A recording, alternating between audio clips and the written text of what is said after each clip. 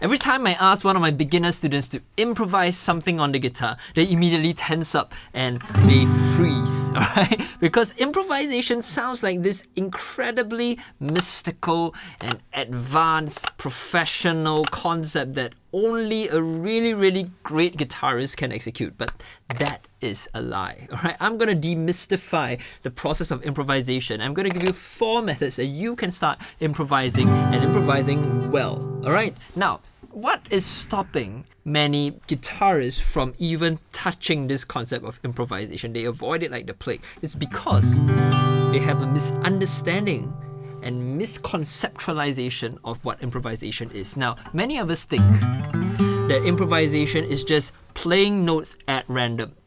Whoa, that's really scary, right? That's like giving you a blank canvas and asking you to paint something without any direction at all. But that is not what improvisation is.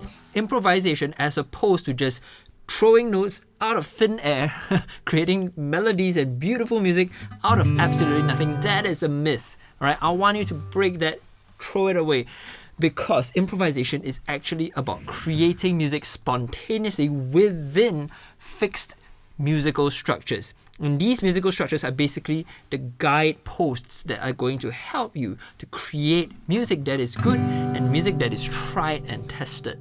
Right? You're improvising, but you're creating music that has been done before by following certain rules and guides. Alright, so we're gonna take a simple song. We're in the key of G. Let's take the song You Are My Sunshine, alright?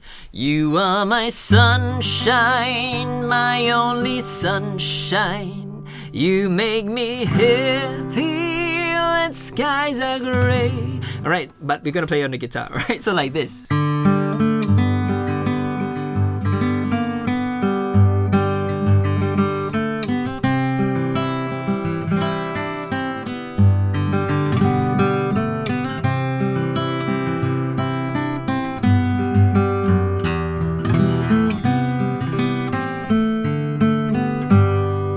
There we go, very beautiful, simple song. But let's say we want to add in some improvisation over this. Now, it's going to be very simple. The first method is called the universal scale method. So we've got our chord progression, right? We've got the score. You can go download the score from my Patreon page. And what we need to do is just take the scale of the key that we're playing in. So we're in the key of G major, just take the G major scale.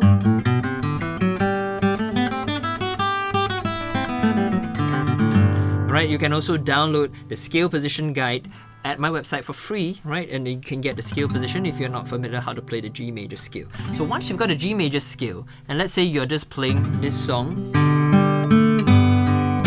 and then you want to put a little lick or you want to do some embellishments, basically you just take notes from the G major scale, like this.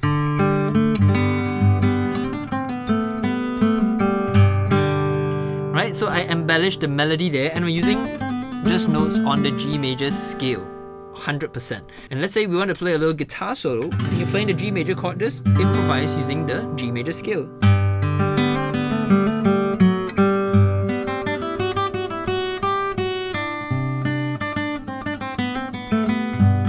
And follow along with the chord progression.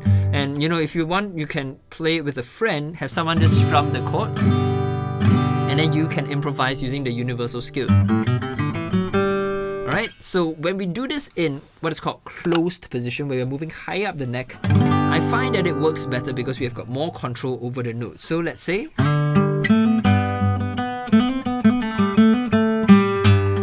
that little improvisation is just playing around the G major scale.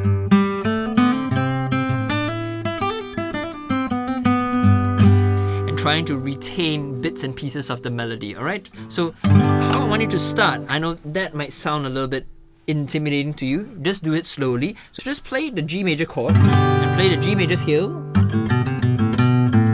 That's improvisation. Now go to C chord but stick to the G major scale. Right, I was just descending that universal G major scale there. And then when you go to C again, on E minor, you can still just stick to the universal scale, alright? And then to C. Now I'm gonna just improvise over that chord progression for you in a very simple way, like this.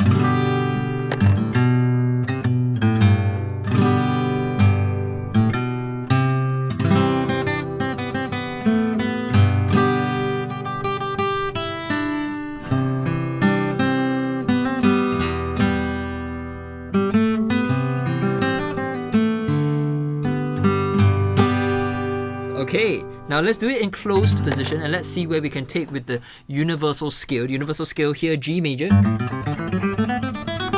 Obviously, you need to practice that. And let's go.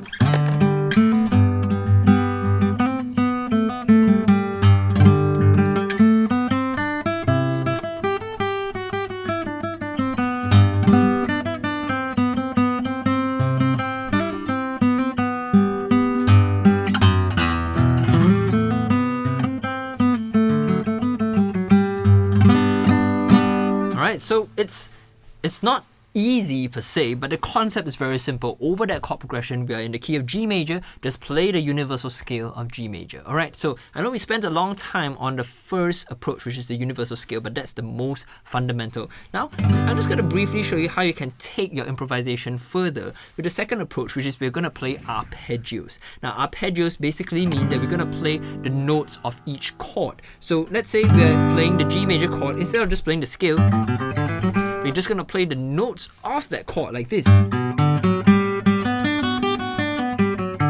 In this case, I'm playing the 7th chord because we've got the 1, 3, 5 and the 7th note in there. Alright, so if I just improvise using arpeggios, it will give you a different sound. Something like this.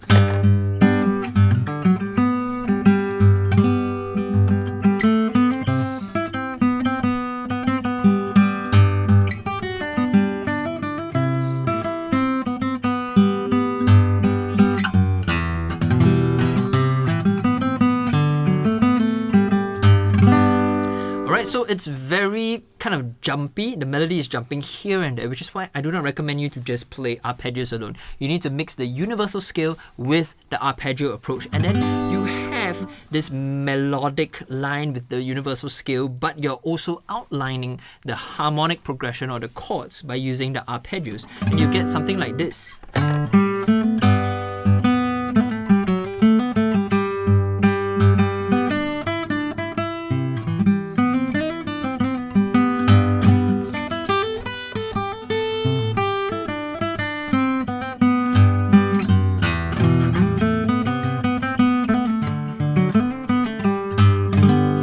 Now it sounds a bit more melodic rather than jumping all around, but we can hear that harmonic progression by combining both of these methods. Now, what else can we do? Something that you may have noticed if you had a sharp ear is that I was using what is called passing notes, and this gives us even more notes to play with. So between two notes in the scale, say, I can add in a passing note like this.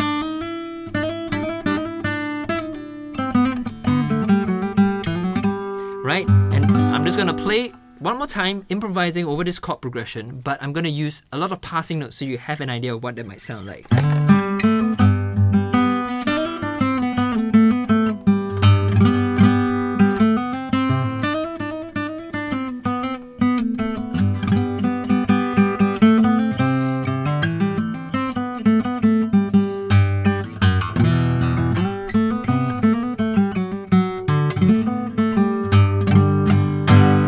Obviously, that was a bit overkill on the passing notes, but you get the idea. Alright, now, the last thing that we can do, the fourth approach, is to use melodic phrases. Remember how improvisation isn't just about creating things randomly? We need to think about having a theme to our little guitar solo or improvisation so that it makes coherent musical sense and it's telling a story. So, let's say we start with...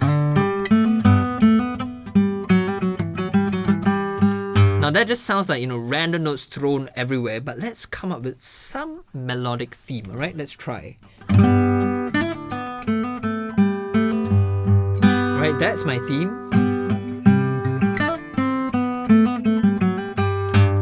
And then I repeat that idea, but I change it a little bit so there's some variation.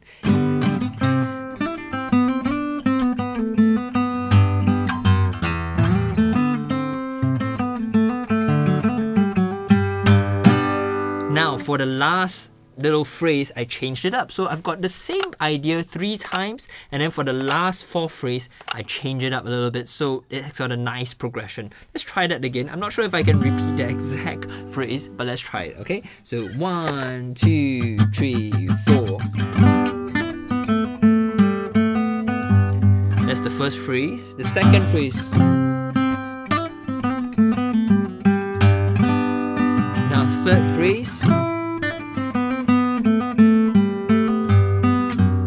The fourth one.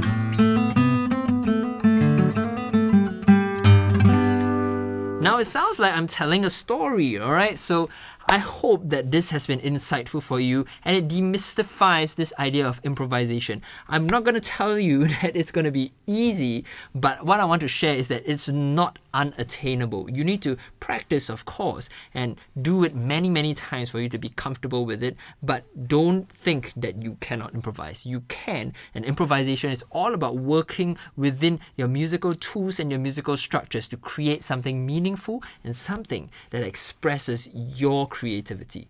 Alright, so I hope that's been helpful for you. If you want to go more in-depth and study fingerstyle guitar with me, please go check out my Fingerstyle for the World course where I cover you in arranging fingerstyle guitar songs from beginner to advanced levels 1, 2, and 3. Alright, if you have any questions, just drop it in the comments below. More than happy to help you out. Have a great day, have fun improvising, take care, bye-bye.